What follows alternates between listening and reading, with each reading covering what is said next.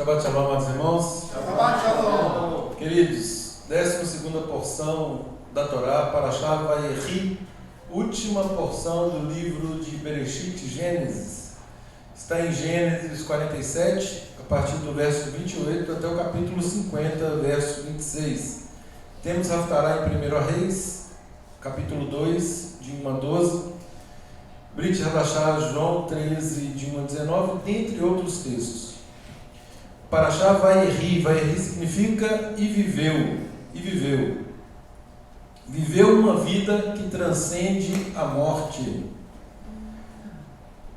Vayeri, conforme já disse, encerra o livro de Bereshit e apresenta os atos finais de Jacó.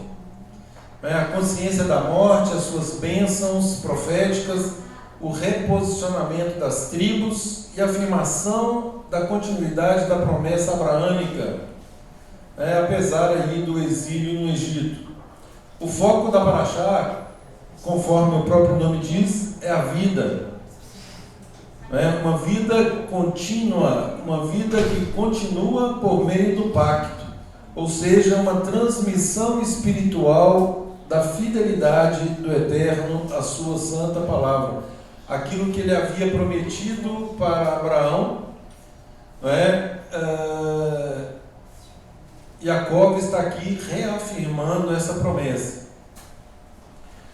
A Parashá, ela tem estrutura, começando aí no capítulo 47, 28 a 31, Jacó prepara a sua morte e reafirma a promessa da terra.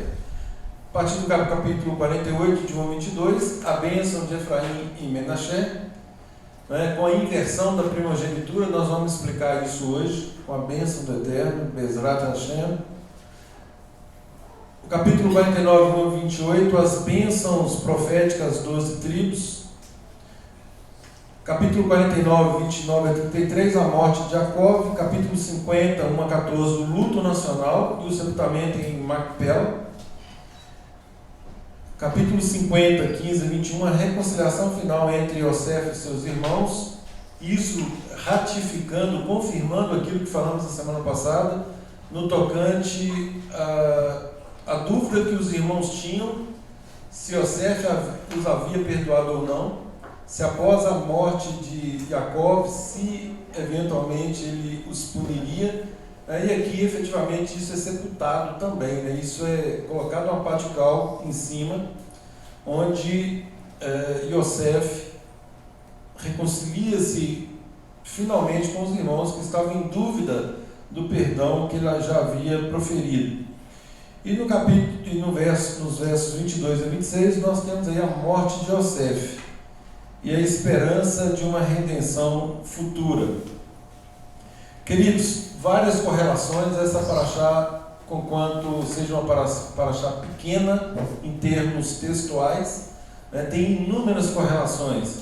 E conforme de praxe, eu gosto muito de captar aqui a essência, a parte prática para nós, aquilo que pode ser destacado como aplicação de vida diária. E aí, várias correlações. Nós temos aí, em Deuteronômio 33, por exemplo, uma correlação, um paralelo entre as bênçãos de Jacó e as bênçãos finais de Moshe.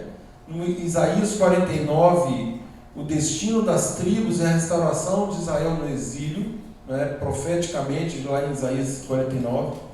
Ezequiel 37, 15 a 28, a união das tribos, falamos desse texto na semana passada, a união das tribos de Efraim e Yehudá, o eco da bênção a Yosef.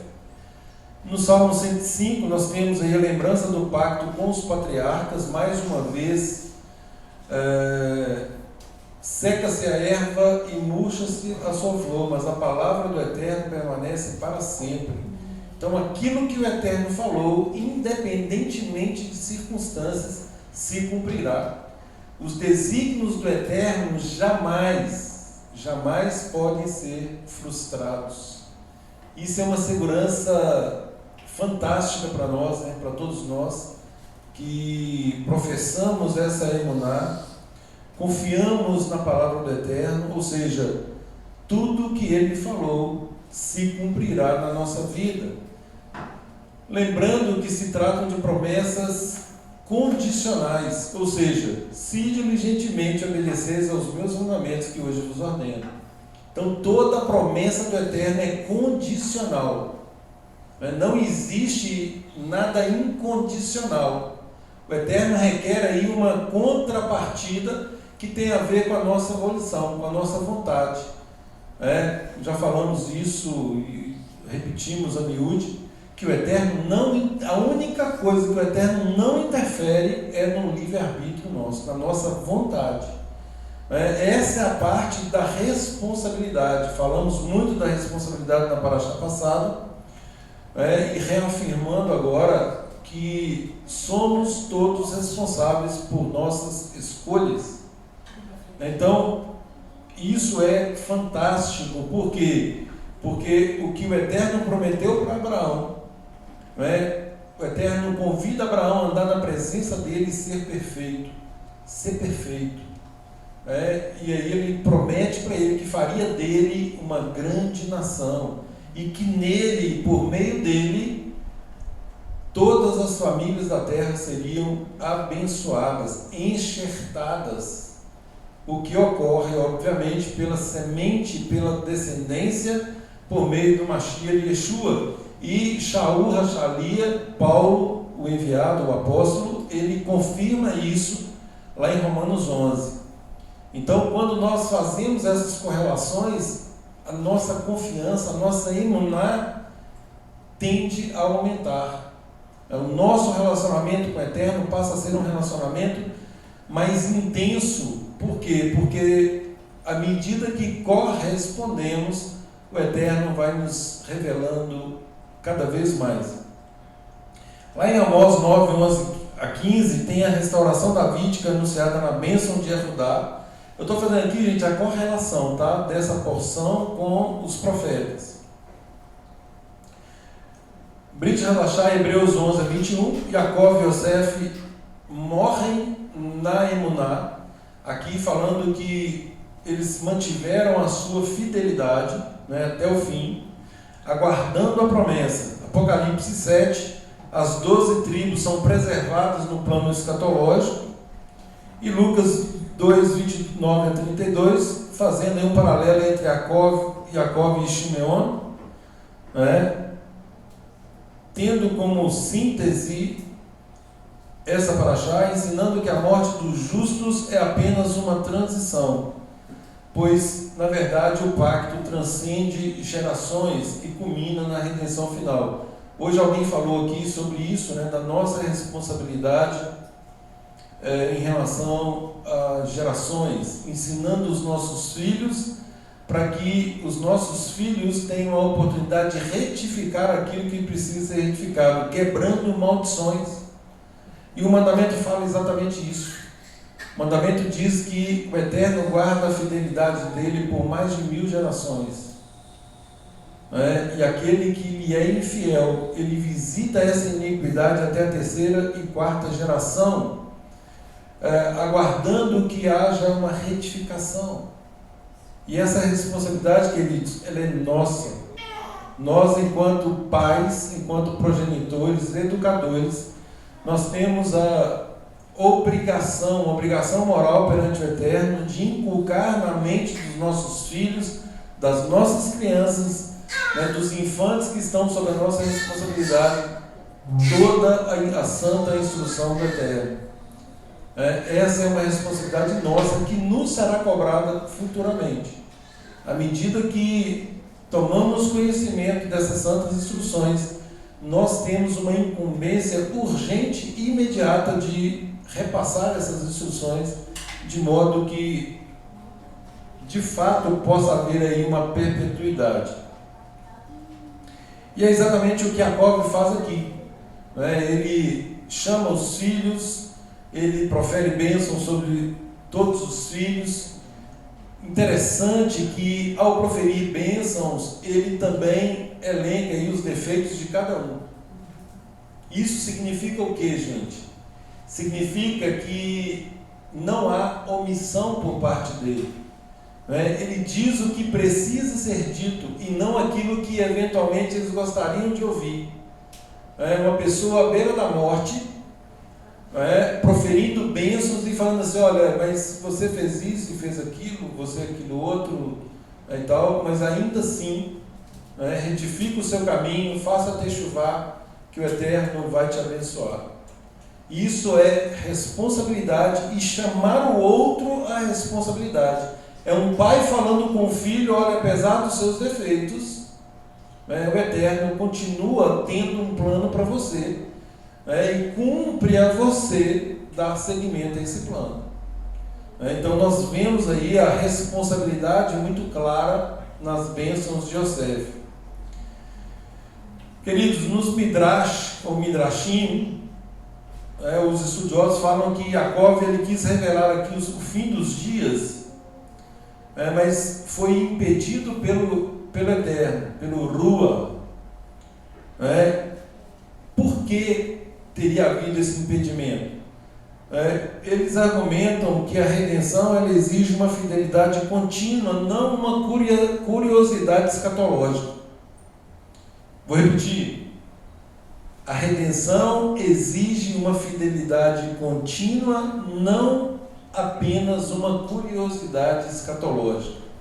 Eu tenho falado aqui, também a miúde, muitos falam assim: quando que nós vamos estudar Apocalipse? Por que estamos tão preocupados com Apocalipse? Se nós mantivermos a nossa fidelidade contínua, nós não precisamos nos preocupar com o tempo do fim. Porque à medida que nós vamos sendo fiéis, dependentes do Eterno, Ele vai nos mostrando o caminho pelo qual nós devemos passar. Então não precisamos de preocupações futuras. Por quê? Porque o povo do Eterno será poupado de acordo com a vontade do Eterno. A gente também tem que preocupar mais com o fim pessoal, que cada um de nós vai partir um tempo, então é muito mais fácil a gente se preocupar com isso do que preocupar com o geral. Exatamente. Quando nós fazemos isso, pessoalmente, nós estamos, na verdade, tentando tirar o foco de nós, da nossa responsabilidade, e atraindo para o coletivo. Ao passo que é exatamente isso. O tikkun, a retificação, ela deve ser pessoal. Ela parte do particular para o coletivo, e não do coletivo para o particular. Então, primeiro começa por nós, por nosso intermédio, nós temos o privilégio, a oportunidade de expandir isso para o coletivo.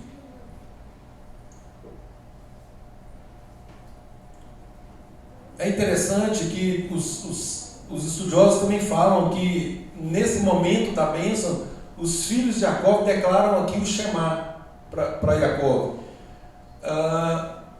Para que Jacó tivesse a certeza de que o fundamento principal da nossa emuná estava ali, firme, um alicerce firme. Isso não está claramente elencado na Torá, mas é um princípio do nosso povo, é o maior mandamento, sem dúvida alguma, contido lá em Devarim, a partir do capítulo 6, Shema Israel, Adonai Eloheinu, Adonai Ra. Ouve Israel, Adonai é o nosso Elohim, é o nosso Deus, Adonai é um.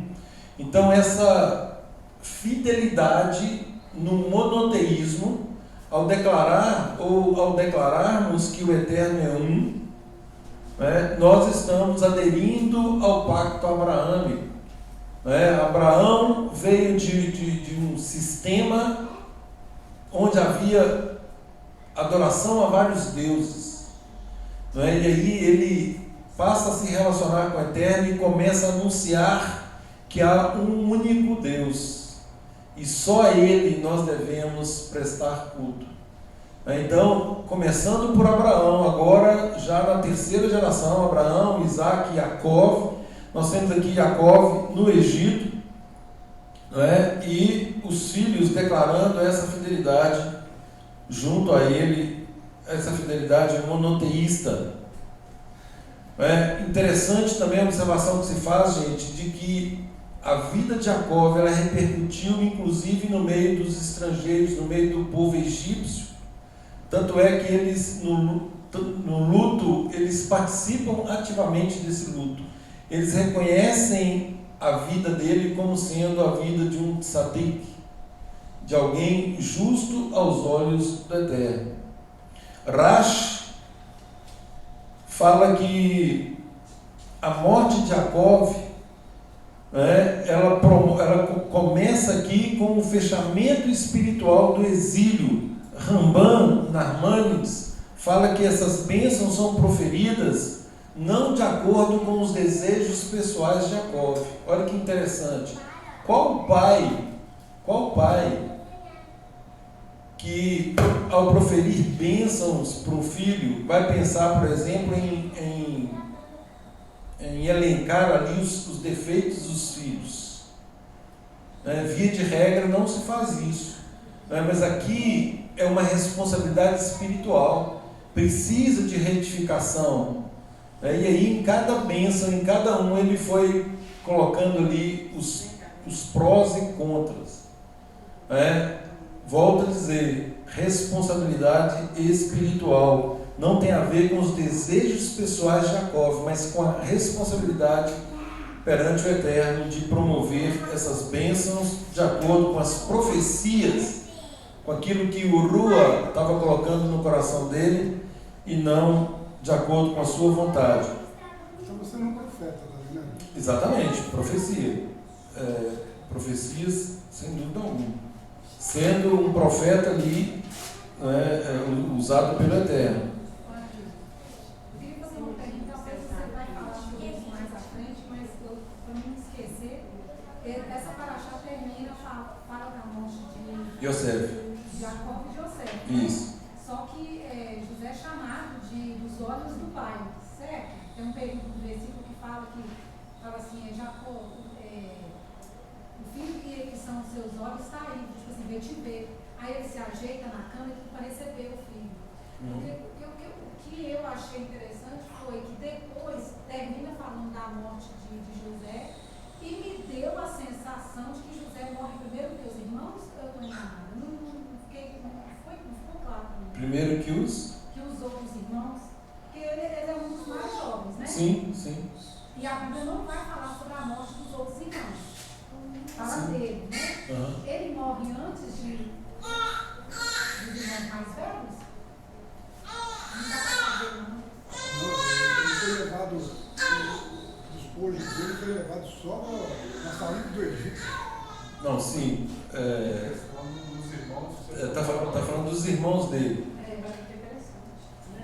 Não há menção na própria palavra acerca disso. Tem um versículo que eu li que me deu essa impressão. Eu vou ver se eu acho que Tá. Vamos seguir aqui e depois a gente volta nisso.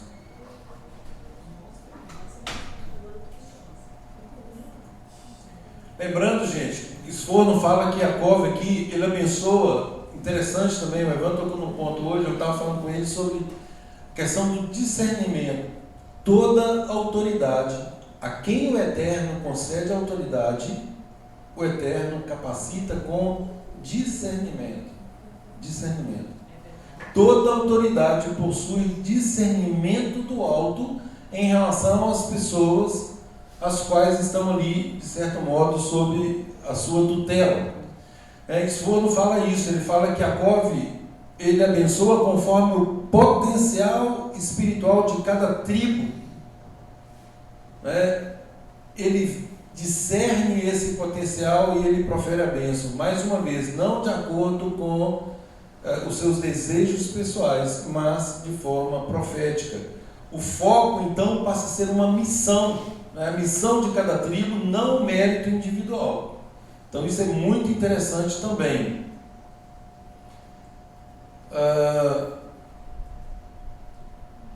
O princípio central dessa paraxá, quando fala em viveu, e curiosamente fala da morte de Jacó, para depois a morte de José, significando, gente, mais uma vez, que a nossa vida, a vida de um justo, ela transcende a sua morte.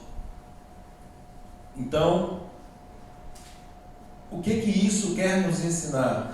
Ensina-nos que a fidelidade ao pacto, obrigatoriamente, ela gera uma continuidade.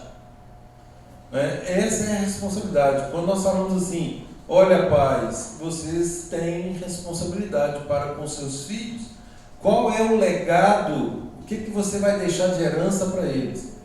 Queridos, herança, o termo herança, que importa para o eterno, é herança espiritual.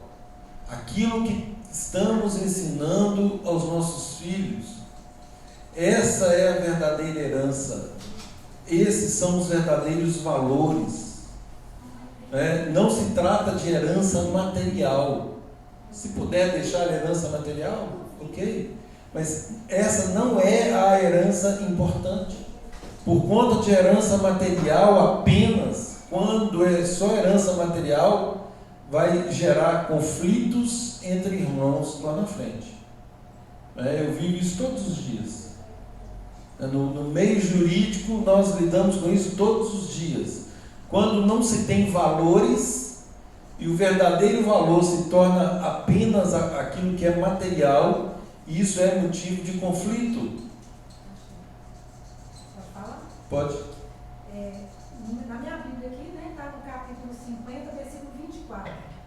Está escrito assim, ó, Yosef disse a seus irmãos, estou à beira da morte. Então, responde a sua pergunta? Pois é, mas estranho, né?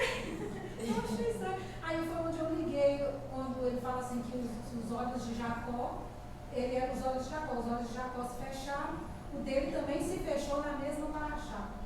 Sim. Então eu fiz essa ligação, caso os irmãos dele ainda tivessem permanecido vivos. Pelo que eu entendi, parece que sim. Mas não há uma...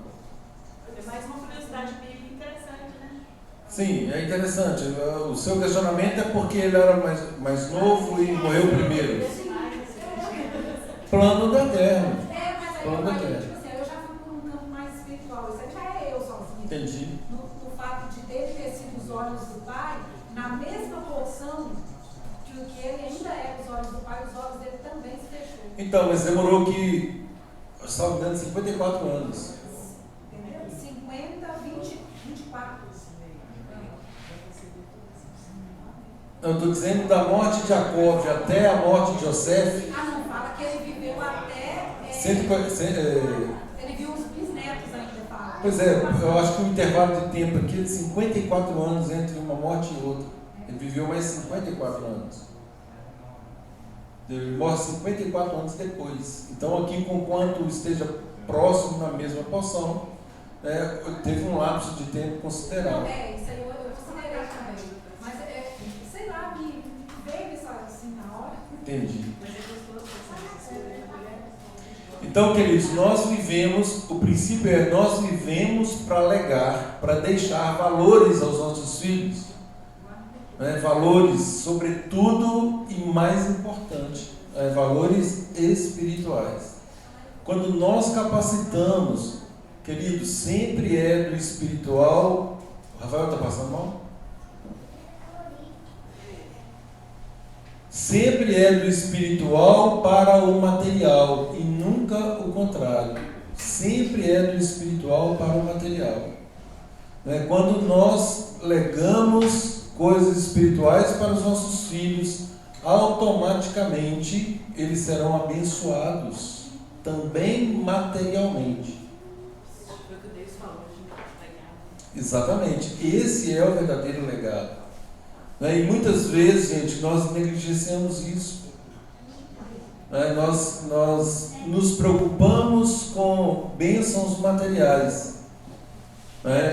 Não podemos inverter as coisas. Os valores espirituais, eles são soberanos em relação àqueles materiais.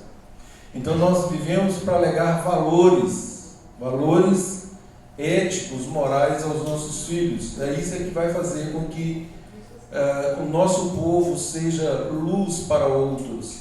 Essa é a nossa missão. O povo dito de Deus é chamado a ser luz para as outras pessoas. E como nós poderemos ser luz ou luzes para as outras pessoas se nós não incutirmos os valores corretos? A soberania divina também aqui nessa paraxá, ela redefine ordem e mérito. Alguém questionou aqui hoje também. Eu não entendo essa inversão aí da ordem de Efraim e Menaché. Nós vamos explicar isso aí. Tá? Mas isso tem a ver com a soberania de Deus. Primeira coisa, o Eterno é soberano, Ele faz tudo como lhe apraz. Então, fiquemos tranquilos em relação a isso. Existe uma regra. A regra é da primogenitura, essa é a regra. Mas essa regra pode ser invertida? Pode. A depender das peculiaridades de cada caso. Aí há uma autorização, de acordo com a soberania do Eterno, dessa própria inversão. Então, isso mostra que o Eterno ele escolhe segundo o propósito, segundo o mérito, segundo o discernimento de cada um. E isso, gente, muitas vezes, isso é para quebrar o orgulho e para tornar a pessoa mais dependente dele. Por exemplo, alguém nasce, ele é o primogênito. Se ele não tiver com o foco correto, o que vai acontecer? Eu sou o primogênito. Eu já sou o primogênito. Eu já sou isso, eu já sou aquilo. Eu tenho tal e qual direito. E isso vai gerar um orgulho no coração dessa pessoa. Então, conquanto seja primogênito e conquanto, obviamente, o Eterno respeita essa ordem, ela somente se mantém se a pessoa em cuja ordem está ali, se ela permanece fiel ao Eterno. Se não há essa fidelidade, se não há um propósito firme, o Eterno inverte essa ordem, que aconteceu inclusive com Jacó e Esaú. Então, isso é para quebra do orgulho, quebra aí da arrogância. Quando Davi veio lá na frente, pulou todo mundo. Exatamente. Então nós temos vários exemplos, os 12 irmãos aqui também aconteceu, do primogênito não ser aquele que recebeu a bênção de primogênito. E Jacó já estava enxergado, ele estava ali no espiritual. Exatamente, é mais um ponto. Queridos, trata também da responsabilidade coletiva das tribos. Cada tribo aqui tem uma missão específica no corpo de Israel. E é interessante quando os estudiosos falam aí no corpo de Israel, porque nós hoje sabemos, por meio do Mashiach e Yeshua, nós sabemos que o Eterno nomeia Yeshua como cabeça de um corpo. Então, cada tribo tendo essa missão específica no corpo, cada tribo está sujeita ao cabeça, que é Yeshua. E certamente isso acontecerá antes da vinda de Yeshua, onde todos reconhecerão que Yeshua é o Mashiach, e ele é o cabeça desse corpo. E o conceito de corpo, queridos, ele nos chama também a atenção da complementariedade. Ou seja, não há uma competição, cada um complementa o outro. A palavra diz claramente que a multiforme sabedoria do Eterno se manifesta no meio do corpo. Então isso é complementar. Cada um tem o seu papel, cada um tem a sua missão, cada um tem a sua responsabilidade, cooperando, conforme a Brit Hadashah enfatiza muito, cooperando para a edificação deste corpo. Quando nós, cada qual agindo conforme o seu papel, ele edifica esse corpo ele vai ficar cada vez mais saudável, cada vez mais rígido, cada vez mais santo. Então, ao mesmo tempo que tem aí a participação, um complementando o outro, nós fazemos isso visando a coletividade, tendo Yeshua aí como nosso cabeça.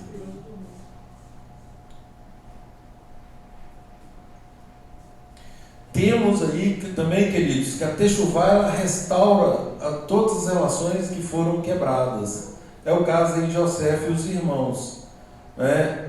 O perdão que os irmãos ainda buscavam de Yosef, né? Eles queriam aquela certeza que de fato ele tinha perdoado. Nós comentamos na semana passada que havia ainda uma certa dúvida, né, se Yosef os perdoou realmente ou não, né, preocupados se eventualmente Jacob viesse a faltar, de Yosef vir a vingar-se.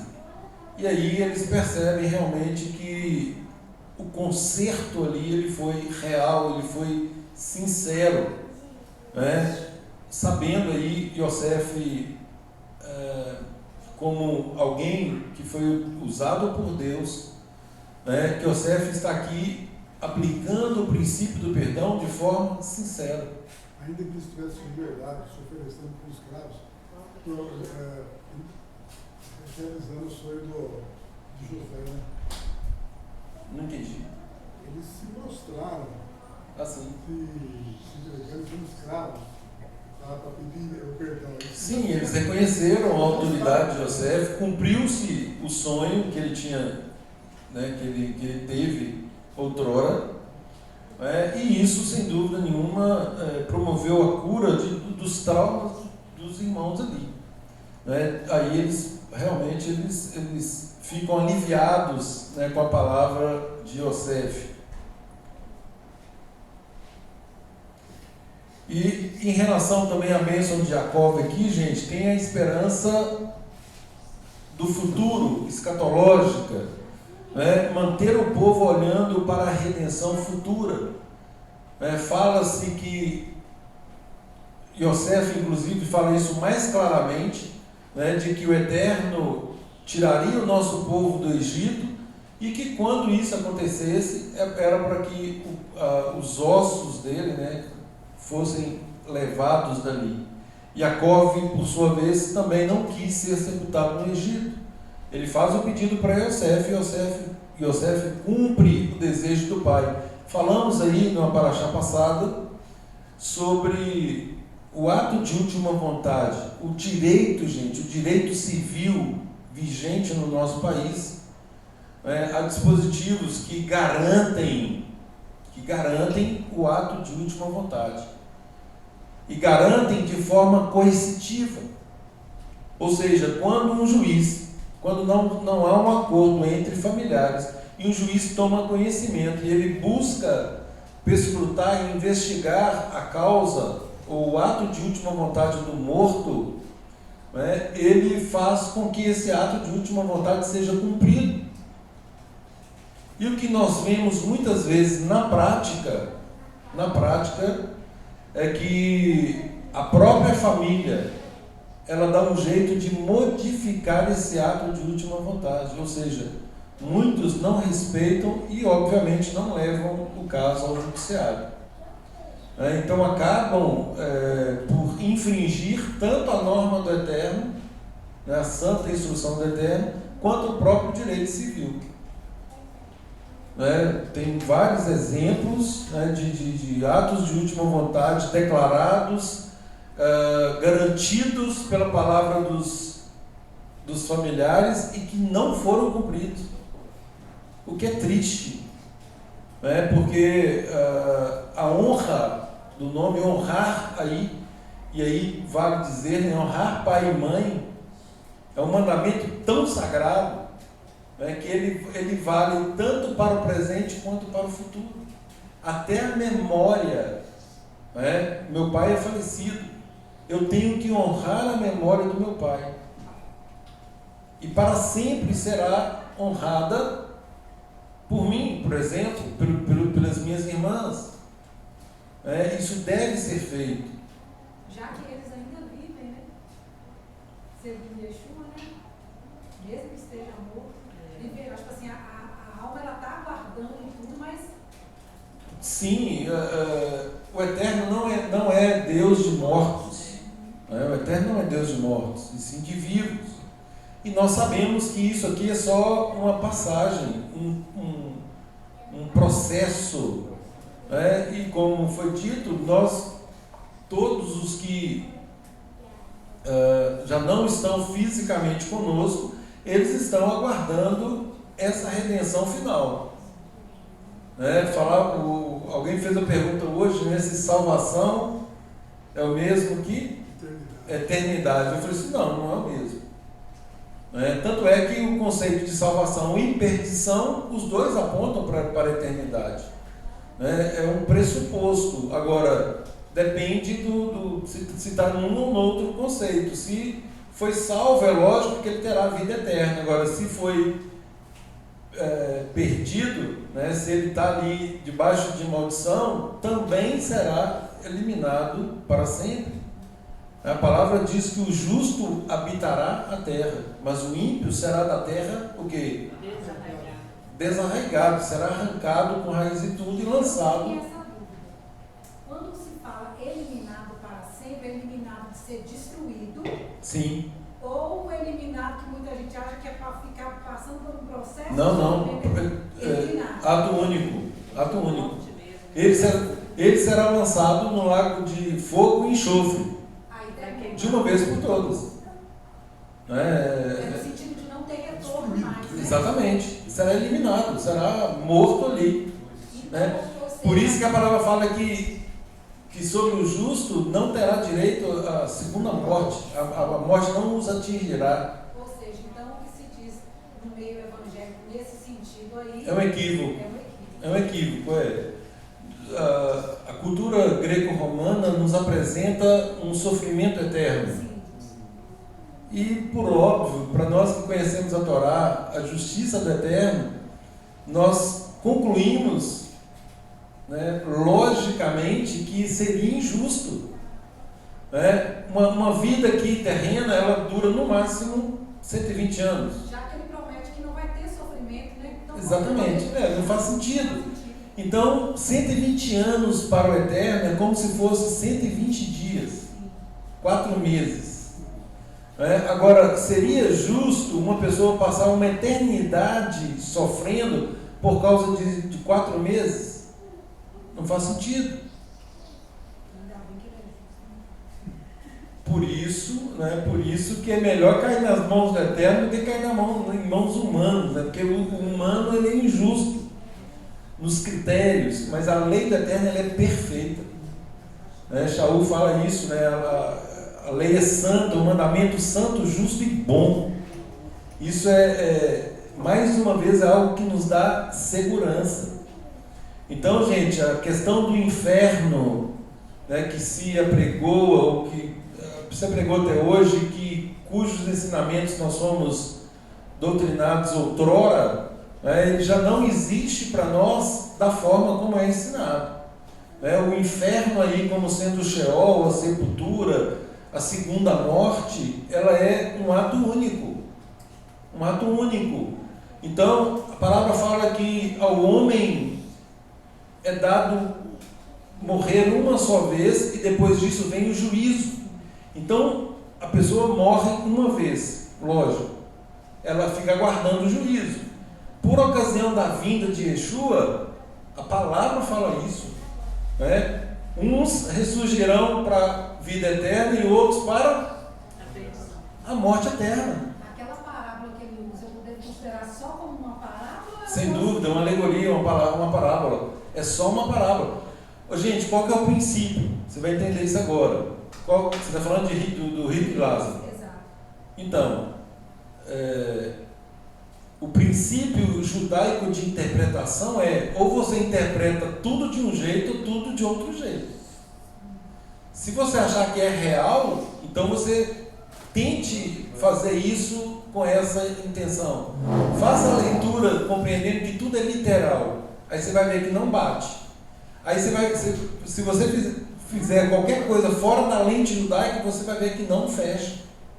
Não fecha. Então, aquilo é só uma alegoria, é uma parábola que Yeshua está contando para dizer que, na verdade, as pessoas não estão, mesmo tendo a Torá, a lei e os profetas, as pessoas não dão atenção para isso. O próprio nome já diz, parábola é uma história criada que se inventa para ensinar Sim, sem dúvida. Não, eu entendi essa parte. Desculpa estar insistindo. Eu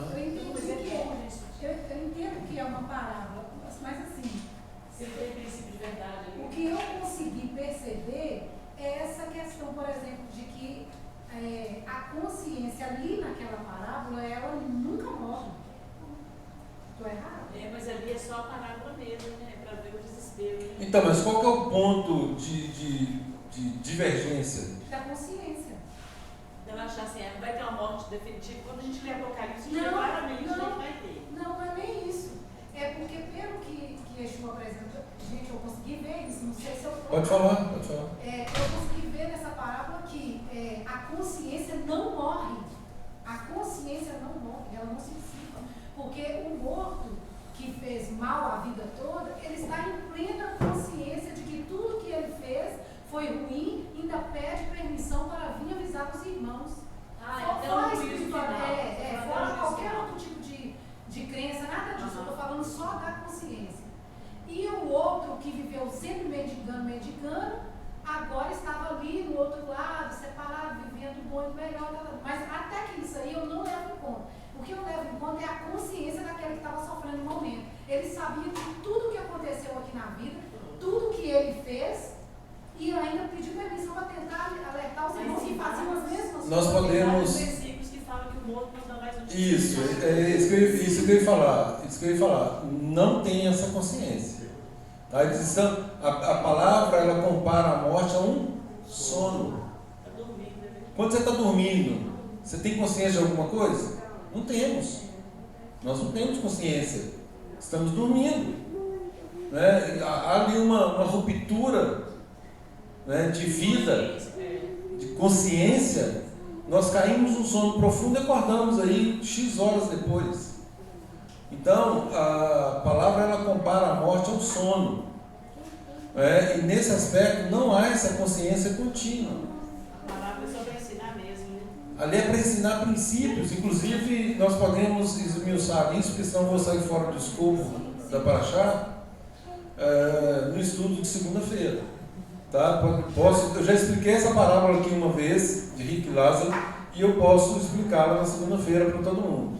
E tem aquela série, irmão, parece 36 versículos falando dos mortos estão inconscientes. Não, sem dúvida. Mas é bom para dirimir toda dúvida em relação a esse assunto. E a gente vem com essa carga mesmo. Né? Não, mas eu nunca tinha ouvido ninguém falar sobre isso. Isso aí era uma percepção minha mesmo. Gente, o que o Eterno pretende formar em nós? Qual é o objetivo? Desde Gênesis 3,15, o Eterno quer formar em nós uma consciência de eternidade. Né? Então, e essa consciência aponta mais uma vez para a nossa responsabilidade geracional. Né? Se nós temos uma consciência de eternidade, né, que nós, ao tomarmos conhecimento, né, de que a nossa vida aqui ela é fugaz, ela é rápida, né, mas terá um desdobramento futuro, né, e isso nos auxilia na nossa escolha. E o Eterno, ele nos dá esse conhecimento exatamente para que não aleguemos ignorância depois. Ou seja, foi o verso que eu acabei de falar. Né? Uns ressuscitarão para a vida eterna e outros para a perdição eterna. Então, há uma eternidade, tanto de salvação quanto de perdição.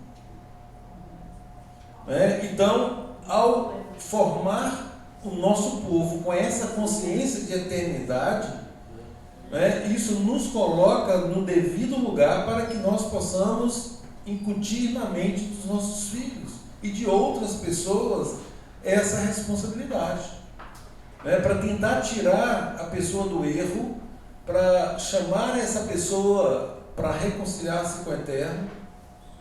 E a palavra fala isso por meio de Yeshua, e o Eterno estava em Yeshua reconciliando consigo o mundo e nos deu o ministério da reconciliação. Yeshua, na oração dele lá em João 15, ele fala: e a vida eterna é esta, que te conheçam a ti. Não que me conheçam a mim como Deus, não. Que te conheçam a ti como o único Deus verdadeiro e a Yeshua como seu enviado. A palavra correta é como seu enviado. Yeshua é um enviado. As mulheres estão aí no propósito de ler a Brit Hadashah e estão lendo agora o livro de Romanos. Não é? Romanos, ele trata disso, gente, de uma forma... Eu amo o livro de Romanos, né? E de fato é o maior tratado teológico que existe, é o livro de Romanos. E lá em Romanos, Shaul explica essa condição de filiação. Ele começa falando que Yeshua, foi dado poder para Yeshua para que ele fosse considerado filho. E aí, por meio dele, ele sendo primogênito, todos nós também agora somos enxertados, nascidos de novo, considerados filhos. Yeshua é o herdeiro, nós somos co-herdeiros, herdeiros junto com ele. Eu ouvi a expressão que Romanos é a cordilheira do Himalaia, em termos de elevação espiritual, de complexidade, princípios maravilhosos, né? Realmente tem que escalar, né? Sem dúvida. E aí, queridos, quando o Eterno ele forma um povo, né, que vive com essa consciência de eternidade, sabendo da sua responsabilidade geracional, isso resulta numa vida de aplicação prática dos princípios. Ou seja, o pacto que foi feito com Abraão, ele exige de nós agora condutas compatíveis com esse pacto. Por quê? Porque nós sabemos para onde estamos indo. E aí o princípio que se extrai é a verdadeira vida, vai não é medida por longevidade. A verdadeira vida não é medida por longevidade, mas por alinhamento, retificação de acordo com o propósito divino. Aí você definiu a qualidade da vida. Exatamente. Não é por tamanho, depois tem uma qualidade que você... Sem dúvida, sem dúvida. O Eterno, ele prima pela qualidade em detrimento da quantidade. Quando os dois se associam, ok, mas não necessariamente é pré-requisito.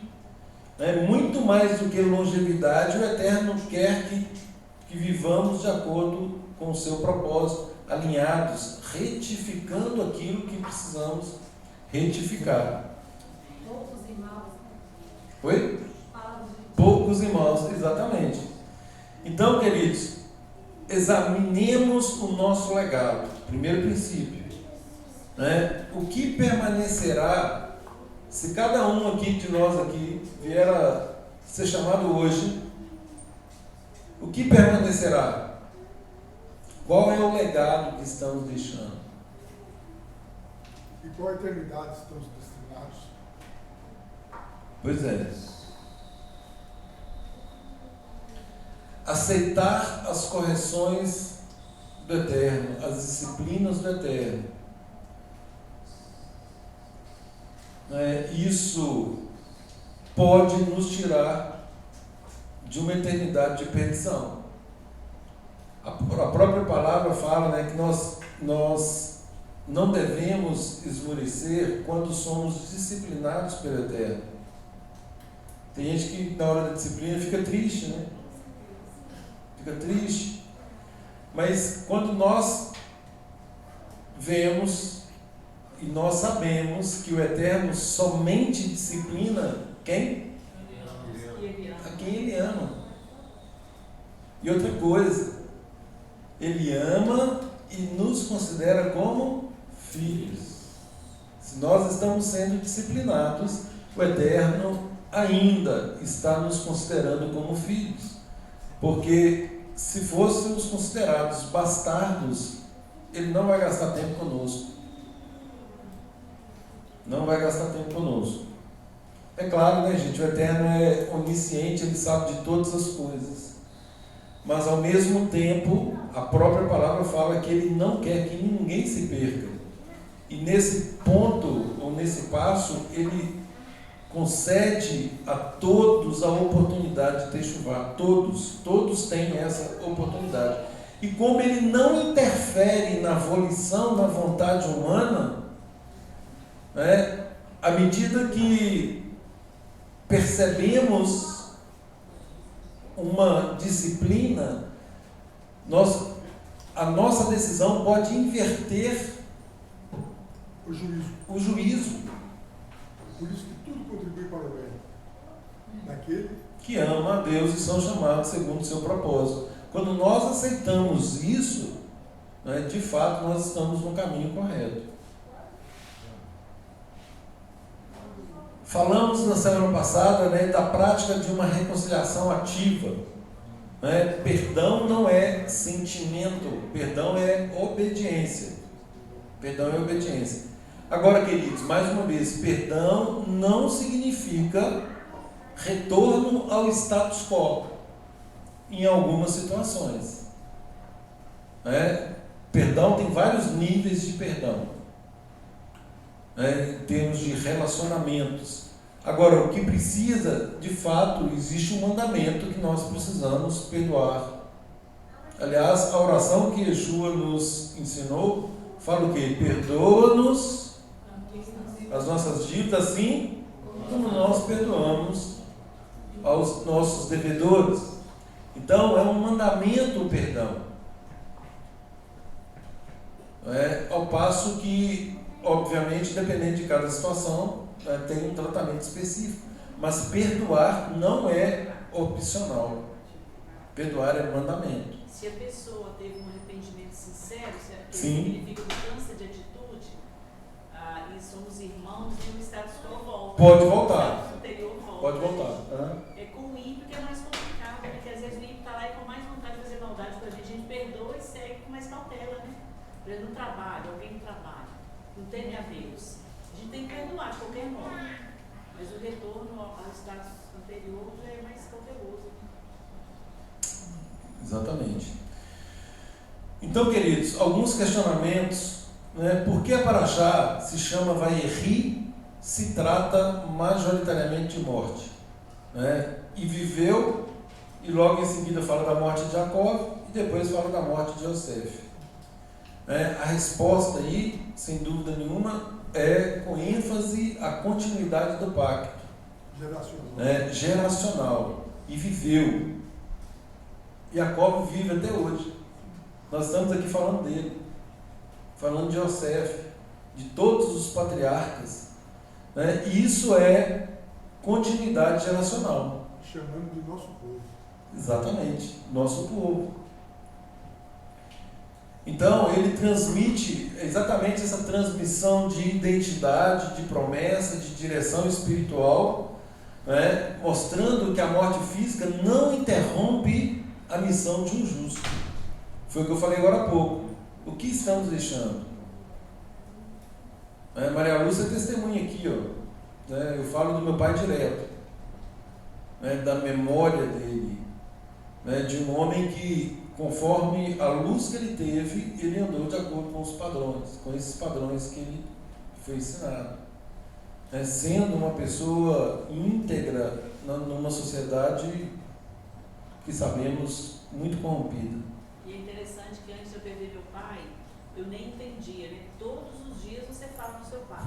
A gente via uma bola caindo na beira do meu pai, falava, ele sabia tudo, ele falava, meu pai falava assim, seu pai que inventou a lei de Lavoisier. Aí quando meu pai morreu, eu entendi, todos os dias eu me lembro do meu pai, tudo a gente está lembrando o ensino que eles deram. Então é assim mesmo, todos os dias. Eu falo que hoje eu te entendo, né? É aquele negócio, né? É a mensagem que a gente está deixando de vida para que as pessoas se lembrem. Agora, e se você for uma pessoa que viveu nessa terra, morreu e nunca se lembrar de nada, a memória do ímpio será esquecida.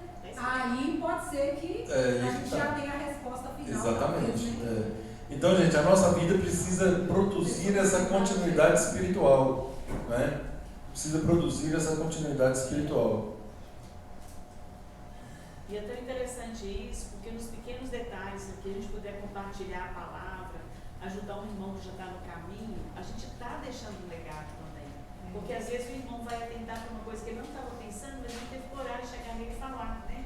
Então ele vai se santificar mais por causa daquilo, a gente é mais santificado porque alguém veio e falou um detalhe para a gente, né? Lá no dia final a gente vai ver, o Senhor vai falar, você ajudou aquele ali, você ajudou aquele outro, a gente nem está sabendo, né? Especificamente que ajudou. Um outro questionamento aqui, gente: por que Jacó não só avisa os pecados de Rúben, Simeão e Levi em suas bênçãos? Aquilo que eu falei, né? Liderança não é diplomacia emocional. E aí, pela responsabilidade dele, né? Pecados não tratados, aquilo que não se expõe, aquilo que não se corrige, não se retifica, se tornam padrões geracionais. Nós falamos sobre isso na festa de Hanukkah. Que o que aconteceu em Hanukkah, nada obstante ter sido uma insurgência contra um ataque externo, todos os estudiosos falam que o que estava ocorrendo internamente era muito mais grave do que o externo. Quando um povo que conhece a lei do Eterno, a Santa Torá, age em desconformidade, contrário a essas instruções, isso é muito mais grave que um ímpio quando ele quer nos atingir. Então, os pecados precisam ser tratados exatamente para não se tornar um padrão geracional. E é aí que está, mais uma vez, a responsabilidade nossa enquanto pais, enquanto educadores, enquanto responsáveis pela vida de alguém. E outra coisa, gente: o amor verdadeiro corrige antes de transferir qualquer tipo de responsabilidade. Nós, como pais, nós não podemos dar uma autoridade para um filho, se eventualmente o comportamento dele não corresponde àquilo que estamos pretendendo dar. Não podemos. É aquele negócio do pai presentear o filho sem nenhum mérito. Ele, na verdade, ele não está presenteando, ele está estragando. Porque precisa de haver aí uma correspondência. Quando isso acontece, quando há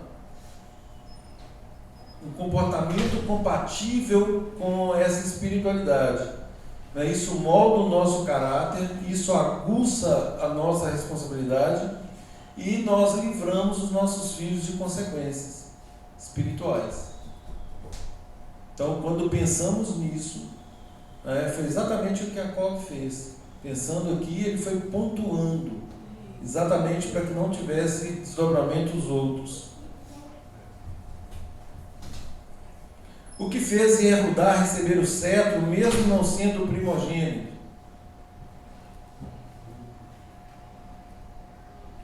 O pecado de Rubem ter culpado.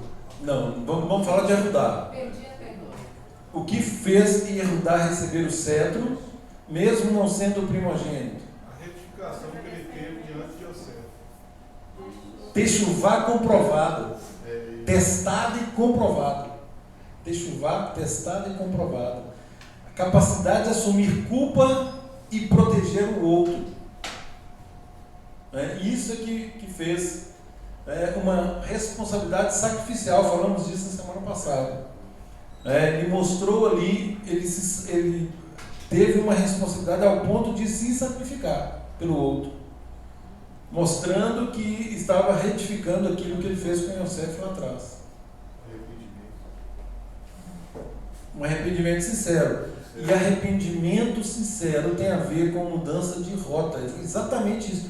Gente, Techuvá, eu falei isso semana passada, essa é uma premissa, para sabermos se estamos no caminho certo. O Eterno nos dá uma oportunidade de manifestarmos sobre algo que nós já manifestamos lá atrás e que erramos. Agora ele nos dá uma segunda chance para saber como vamos agir pós conhecimento da sua santa instrução. Ou seja, agora nós já temos conhecimento. Como que nós vamos diante de uma situação repetida? Nós já passamos por isso. Lá nós somos reprovados. Agora ele espera que nós sejamos aprovados. Como vamos reagir? É exatamente o caso de Yehudá. Ele foi colocado numa mesma situação e ele teve a oportunidade de retificar. E retificou. Eu acho que até de forma inconsciente ele fez isso.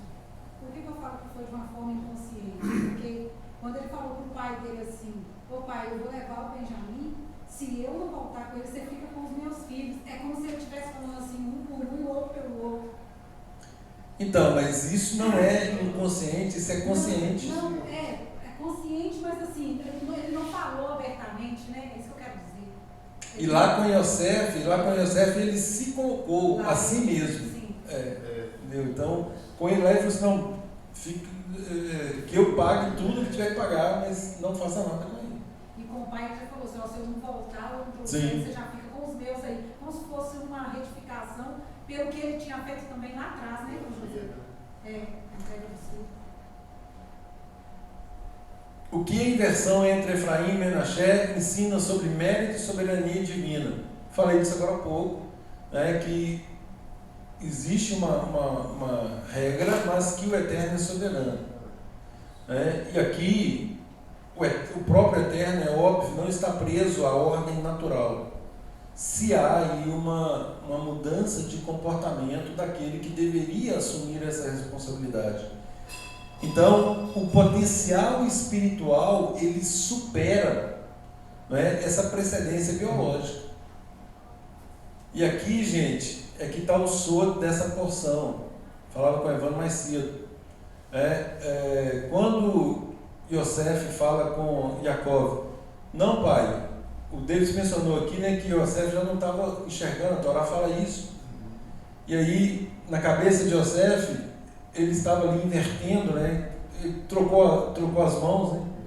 Olha, ele está fazendo a coisa invertida. E o que Jacó responde? É assim que eu quero fazer. Eu sei, meu filho. Eu sei o que eu estou fazendo. Eu sei o que eu estou fazendo. Ou seja, discernimento, gente.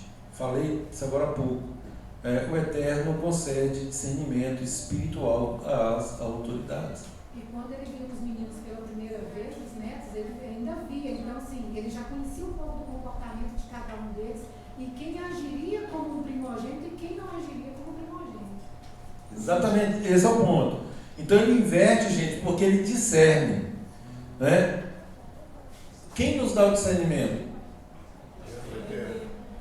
O Eterno. O Eterno capacita, nos dá o Rua HaKodesh para que nós tenhamos esse poder de discernimento.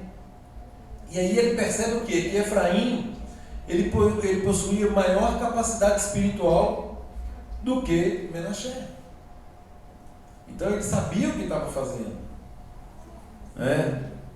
E aí a causa não é uma preferência humana. Humanamente houve uma inversão.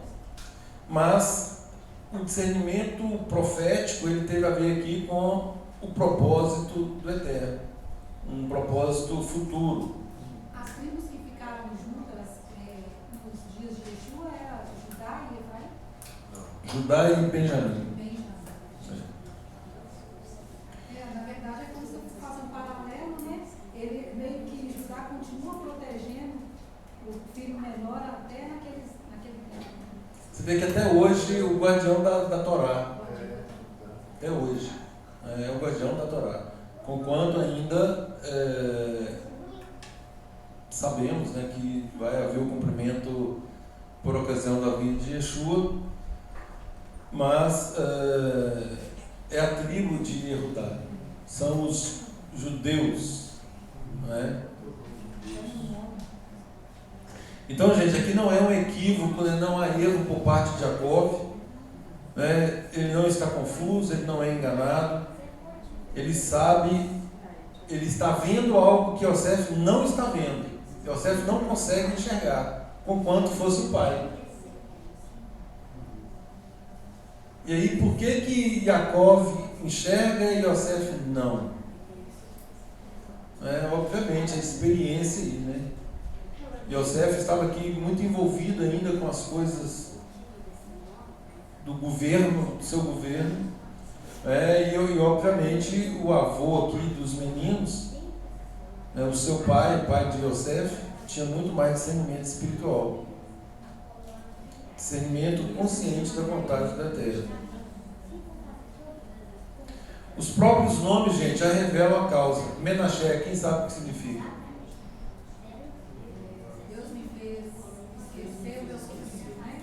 Deus me fez esquecer, exatamente, todo o meu sofrimento. Gênesis 41, 51.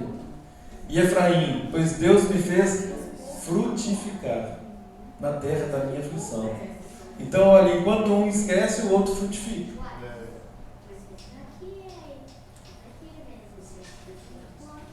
E aí os comentários são de que esquecer a dor é cura parcial.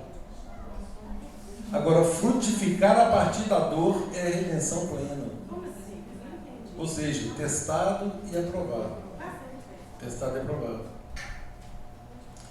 Então, o Eterno prioriza quem transforma o sofrimento em vida para outros, não apenas quem supera o sofrimento. Midrash Rabbah, Bereshit Rabbah 97-98 indica que Jacó viu profeticamente que de Efraim sairia Yehoshua, o líder fiel que conduziria Israel à Terra Santa. Menaché teria líderes, mas não com o mesmo impacto redentor. Tanto é que ele fala isso para Yosef. Não. Um será superior ao outro, mas ele também terá sua importância. Não é desfazendo totalmente dele, mas haveria ali uma precedência. Uma liderança que conduz outros à promessa tem precedência sobre liderança que apenas a mantém ou se mantém íntegra. O reino prioriza quem gera caminho para os outros. Então isso, de novo, é o nosso legado. Como estamos em relação ao nosso legado? O que estamos fazendo?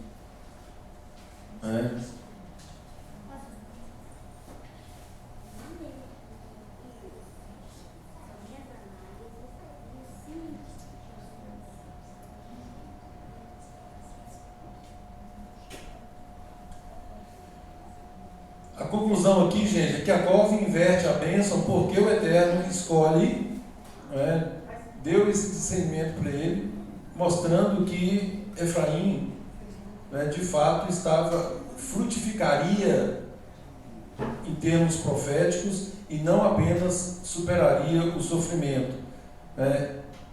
Coloca isso como causa e o restante aí como consequência. Yeshua, fazendo um paralelo com Yeshua, os estudiosos falam o seguinte, que a inversão da bênção estabelece um padrão eterno de liderança que se manifesta plenamente em Yeshua e expõe o contraste com a liderança religiosa dominante do seu tempo. O que havia no tempo de Yeshua? Líderes religiosos que eram muito veementes no ensino da Torá, só que era um ensino teórico. E Yeshua, ele surge ali, e aí ele surge a tal ponto que os que o ouviam falavam que ele não ensina como os escribas, ele ensina como alguém que tem autoridade. Quando se reconhece a autoridade de alguém? Isso, quando ele está praticando aquilo que ele está ensinando. Isso é ter autoridade. Ele não ensina como os escribas e fariseus. Então, esse é o padrão, gente. Qual é o eixo espiritual? Ele se destaca exatamente pela prática, pela frutificação.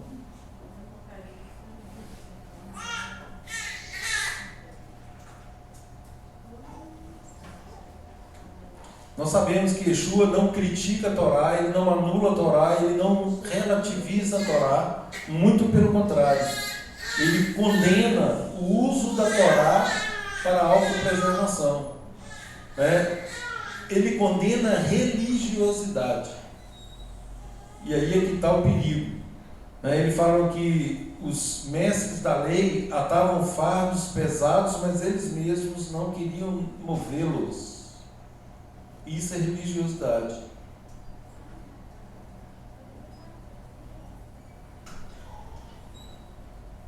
Então, queridos, quando Yaakov está ali cruzando as mãos, né, se trata mesmo de uma profecia. No reino, a primazia será de quem se preserva. Melhor, não será de quem se preserva, mas será daquele que se entrega, daquele que se envolve, daquele que chama para si a responsabilidade, daquele que se preocupa com o legado. Então, sim, a maior lição que nós podemos tirar dessa porção é exatamente uma autoanálise do que nós estamos deixando para os nossos filhos. Como estamos nos posicionando em relação à nossa vida, se o Eterno nos chamar hoje, por exemplo, né, o que ficará? O que falarão de nós? Qual é a nossa herança? O que estamos deixando efetivamente? Que o Eterno tenha misericórdia de todos nós, que Ele nos abençoe, nos capacite e que possamos, por meio desses estudos, refletir acerca da nossa responsabilidade e efetivamente agirmos como o nosso modelo Yeshua. Shabbat Shalom a todos. Hazak, Benitz, Hazek. Seja forte, sejamos fortalecidos. Baruch Hashem, Shabbat Shalom a todos.